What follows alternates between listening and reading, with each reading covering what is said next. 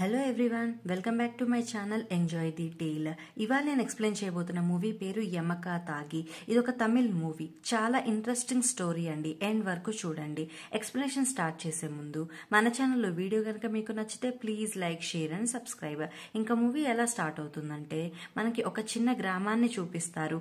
ఆ ఊరికి పెద్ద మనిషి సెల్వన్. వాళ్ళ ఊరిలో త్వరలో అమ్మవారి జాతర జరగబోతుంది. సో దాని బాధ్యతలు గుడి ధర్మకర్త అయిన పశుపతికి ఇస్తాడు బాగా జరిపించాలని. ఇంకా సెల్వన్ ఫ్యామిలీ విషయానికి వస్తే సెల్వన్ భార్య పేరు దేవి, కూతురు లీలా, కొడుకు ముత్తు, ఇంకా సెల్వన్ వాళ్ళ అమ్మ నాయకి, వాళ్ళంతా కలిసే ఉంటారు. అయితే ఒకరోజు దేవి అండ్ సెల్వన్ ఒక ఫంక్షన్ కి వెళ్తారు. లీలా అండ్ నాయకి మాత్రమే ఇంట్లో ఉంటారు.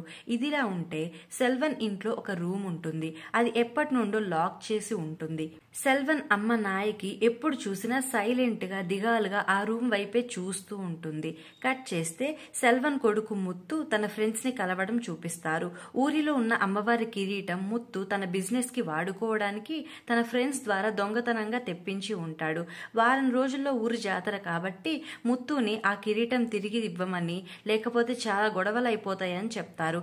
దానితో ముత్తు మీరేం టెన్షన్ పడకండి, 2 రోజుల్లో కిరీటం తిరిగి ఇచ్చేస్తా అంటాడు. నెక్స్ట్ సీన్ లో మనకి అదే ఊరిలో ఉండే రత్నం అనే వ్యక్తిని చూపిస్తారు. రత్నం కొడుకు తక్కువ కులం అమ్మాయిని పెళ్లి చేసుకున్నాడని, దానివల్ల తనకి ఊర్లో మర్యాద లేకుండా పోయిందని రత్నం తన కొడుకుని కోడల్ని ఎప్పుడు తిడుతూ ఉంటాడు. కట్ చేస్తే లీలా ఫ్రెండ్ లీలాని కలవడానికి తన ఇంటికి వస్తుంది.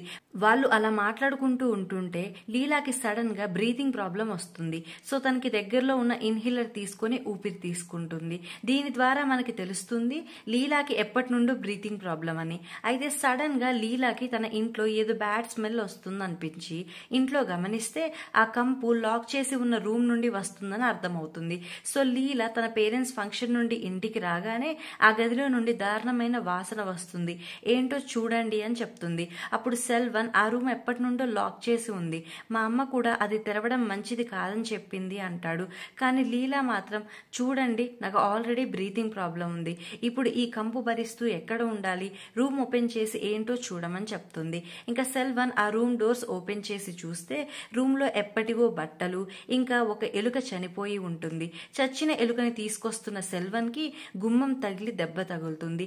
సెల్వన్ అమ్మ పడుకొని లేచి చూసేసరికి ఆ గది తలుపులు తెరవడంతో అయ్యో ఎందుకు తెరిచారు, ఈ గది తెరవడం వల్ల మనకి సమస్యలు వస్తాయి, అమ్మా తల్లి నువ్వే కాపాడాలి అని అమ్మవారిని వేడుకుంటూ ఏడుస్తుంది. కట్ చేస్తే నెక్స్ట్ డే నైట్ సెల్వన్ బయట నుండి ఇంటికొచ్చి కూర్చొని కోపంతో రగిలిపోతూ ఉంటాడు. తనకి దేవి అన్నం వడ్డిస్తుంటే కోపంతో విసిరి కొడతాడు. దానితో దేవి సెల్వన్ ని తిడుతుంది. బయట కోపాలు ఇంట్లో వాళ్ళ మీద చూపిస్తే ఎలా అని. ఇంకా సెల్వన్ కోపంతో దేవిని కొడతాడు. ఇదంతా చూసి లీలా సెల్వన్ ని అరుస్తుంది, ఎవరి మీదనో కోపం ఇంట్లో చూపిస్తావేంటి నానా అని.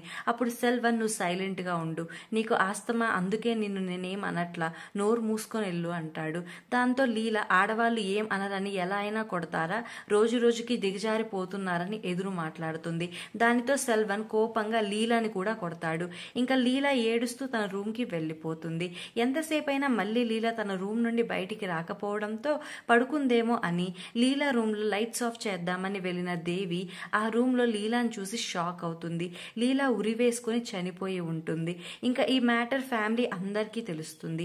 నెక్స్ట్ సీన్ లో ముత్తు తన ఫ్రెండ్స్ ని ఇంటికి పిలిచి జరిగింది చెప్పి ఏం చేయాలో తెలియట్లా అంటాడు. ఇంకా ముత్తు ఫ్రెండ్స్ అంటారు లీలా ఉరివేసుకుందని పోలీసులకు తెలిస్తే పోస్ట్ మార్టం చేస్తారు, అది మన ఊరి సాంప్రదాయం కాదు అంటారు. ఇంకా ముత్తు తన నాన్న దగ్గరికి వెళ్లి ఏం చేద్దాం నాన్న అని అడుగుతాడు. సెల్వన్ ఏమో ఏడుస్తూ మీకు ఏది మంచిది అనిపిస్తే అది చెయ్యండి అని చెప్తాడు.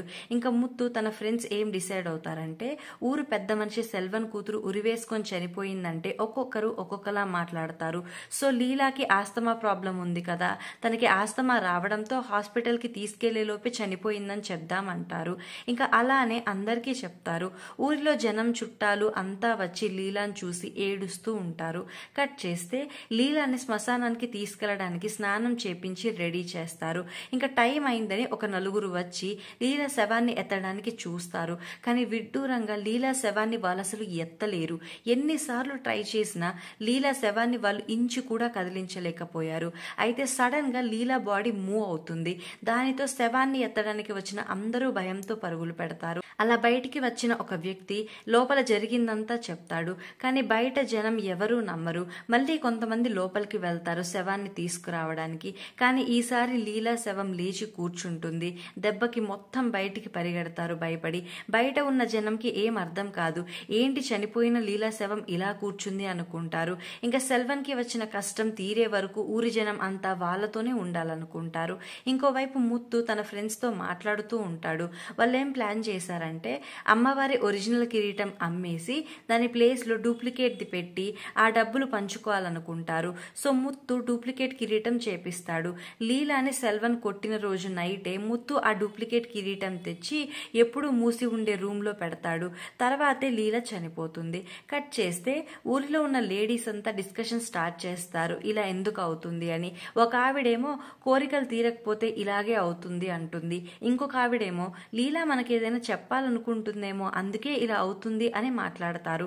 కట్ చేస్తే ముత్తు వైఫ్ ముత్తు దగ్గరికి వెళ్ళి మనం అందరికీ నిజం చెప్దాం, లీలా ఆస్తమా వల్ల కాదు సూసైడ్ చేసుకుందని చెప్దాం అంటుంది. ముత్తు మాత్రం దానికి ఒప్పుకోడు. కట్ చేస్తే లీలా సూసైడ్ చేసుకుందన్న విషయం ముత్తు ఫ్రెండ్ అయిన డాక్టర్ ఒకరు జనానికి చెప్పేస్తాడు. దానితో జనం సీరియస్ అవుతారు. అప్పుడు సెల్వన్ మా పరువు కాపాడుకోవడానికే అలా చెప్పాం, లీలా ఉరేసుకుందంటే నలుగురు 4 రకాలుగా మాట్లాడతారు, అందుకే ఇలా చేశాం, మమ్మల్ని క్షమించండి అని బాగా ఏడుస్తాడు. సర్లే అని ఊర్లో వాళ్ళు కూడా సెల్వన్ని ఏడవద్దని ఓదారుస్తూ ఉంటారు. అప్పుడే అక్కడికి పోలీసులు వస్తారు. ఊర్లో వాళ్ళు ఎవరో ఈ విషయం పోలీసులకి చెప్తారు. సో పోలీసులు వచ్చి ఇక్కడ ఇంత జరుగుతుంటే మాకు చెప్పకుండా దాచాలనుకుంటున్నారా అని కోప్పడి ఇంట్లోకి వెళ్లి లీలా ఆత్మహత్యకి కారణాలు ఏమైనా దొరుకుతాయేమో అని చూస్తారు. కానీ ఇంట్లో ఏం క్లూస్ దొరకవు. కానీ లీలా ఫోన్ మాత్రం కనిపిస్తుంది. సో పోలీసులు ఆ ఫోన్ తీసుకుంటారు. ఇంకా పోలీసులు ఒక 4 పిలిచి శవాన్ని కాకుండా ఈసారి డైరెక్ట్ మంచాన్ని లేపి బయటికి తీసుకురమ్మంటారు. కానీ మనుషులు ఆ మంచం లిఫ్ట్ చేయగానే ఆ మంచం కోడలు విరిగిపోయి లీలా బాడీ మంచంతో సహా గోడకి నిటారుగా నిలబడుతుంది. ఈ దెబ్బకి అందరూ గజగజ వణికిపోతారు. పోలీసులు కూడా భయపడతారు. కానీ తప్పదుగా, వాళ్ళ డ్యూటీ వాళ్ళు చేయాలి. సో లీలా ఫోన్లో ఏమైనా క్లూస్ దొరుకుతాయేమోనని ట్రై చేస్తారు. ఇంకోవైపు ముత్తు ఇంకా అతని ఫ్రెండ్స్ భయపడుతూ ఉంటారు. ఇంట్లో నకిలీ కిరీటం ఉంది కదా, అది ఎక్కడ పోలీసులు చూస్తారో అని. కట్ చేస్తే అదే ఊరిలో ఉండే ఒక ఆవిడ వచ్చి ఇలా కాదు, లీలాకి అంత్యక్రియలు జరగాలంటే ఒక పూజ చేయాలి అని పూజ సామాన్లన్నీ తెప్పిస్తుంది. సడన్ గా ఇంటి ముందు ఉండే టెంట్ పడిపోతుంది. అలాగే టెంట్ కింద కూర్చుని ఉన్న రత్నానికి దెబ్బ తగులుతుంది. ఇంకా అక్కడే ఉన్న పూజ సామాగ్రి కూడా చెల్లా చెదురు అయిపోతుంది. నెక్స్ట్ సీన్ లో రత్నం లీలా దగ్గరికి వెళ్తాడు. ఇప్పుడే మనకి ఫ్లాష్ బ్యాక్ చూపిస్తారు.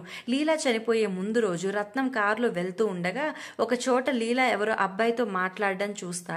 లీలా ఆ అబ్బాయితో నార్మల్ గానే ఉంటుంది. కానీ రత్నం ఇదే అవకాశమని నా పరువు పోయింది, సెల్వన్ పరువు కూడా తీయాలి అని డైరెక్ట్ సెల్వన్ దగ్గరికి వెళ్ళి నీ కూతుర్ని ఎవరో ఒక అబ్బాయితో చూసా, ఇది 3వసారి చూడడం, జాగ్రత్త, నాకు పట్టిన గతే నీకు పట్టిద్దని బాగా రెచ్చగొడతాడు. ఇదంతా విన్న సెల్వన్ కోపంగా ఇంటికి వెళ్లి గొడవ చేసి లీలాని కొడతాడు. ఆ రోజు నైటే లీలా సూసైడ్ చేసుకుంటుంది. ఇంకా తన తప్పు తెలుసుకొని రత్నం లీలా కాళ్ళు పట్టుకొని క్షమించమ్మా, నా వల్లే ఇదంతా అని ఏడుస్తూ ఊరి జనానికి కూడా జరిగింది చెప్తాడు. ఇంకా జనం అనుకుంటారు ఈ మ్యాటర్ చెప్పడానికే లీలా కదలట్లేదేమో, ఇప్పుడు నిజం తెలిసిందిగా అని మళ్ళీ శవాన్ని కదిలిస్తారు. కానీ లీలా కదలదు. ఇంకా ఏం చెప్పాలనుకుంటుందో లీలా అని అందరూ మాట్లాడుకుంటూ ఉంటారు. అప్పుడే అక్కడికి వీర అనే వ్యక్తి వచ్చి నిలబడతాడు. ఇప్పుడు మళ్ళీ జరిగింది చూపిస్తారు. వీర లీలాని లవ్ చేస్తూ వెంట పడతాడు. కానీ లీలా మాత్రం ఒప్పుకోదు. అలా వీర లీలా వెంట పడినప్పుడే రత్నం చూసి వెళ్లి సెల్వన్ కి చెప్తాడు. కట్ చేస్తే ఇప్పుడు వీర ఎందుకు వచ్చి నిజం చెప్పాడనుకుంటున్నారా? లీలా ఉన్న మంచం ఎత్తినప్పుడు మంచం కోడు విరిగి వీరాకి బాగా దెబ్బ తగులుతుంది. సో తన వల్లే లీలా చనిపోయిందేమో అని వచ్చి క్షమాపణ చెప్తాడు. సరే నిజం తెలిసిందని మళ్ళీ లీలాని బయటికి తీసుకురావడానికి చూస్తారు. కానీ కదలదు. సో లీలా ఇంకా దేనికోసమో ఎదురు చూస్తుందని అర్థమవుతుంది. నెక్స్ట్ సీన్ లో పోలీసులు లీలా చివరిసారిగా ఎవరితో కాల్ మాట్లాడింది అని చూస్తే అన్బు అనే వ్యక్తితో మాట్లాడినట్టు తెలుస్తుంది. ఇంకా పోలీసులు అన్బుని వెతుక్కుంటూ వెళ్తారు. ఇంకో ఇంకోవైపు లీలా పేరెంట్స్ లీలా ఫ్రెండ్ని పిలిచి నీకు ఏమైనా లీలా సీక్రెట్స్ తెలుసా అని అడుగుతారు. అప్పుడు లీలా ఫ్రెండ్ చెప్తుంది లీలా అన్బు అనే అబ్బాయిని ప్రేమిస్తుంది, అదొక్కటే తెలుసు అని చెప్తుంది. ఇది విన్న జనం అన్బుకి లీలాకి మధ్య గొడవ జరిగిందేమో, మేబీ దానికే చనిపోయిందేమో అని అనుకుంటూ ఉంటారు. కట్ చేస్తే పోలీసులు అన్బు ఇంటికి వెళ్లి చూస్తే అన్బు ఉండడు.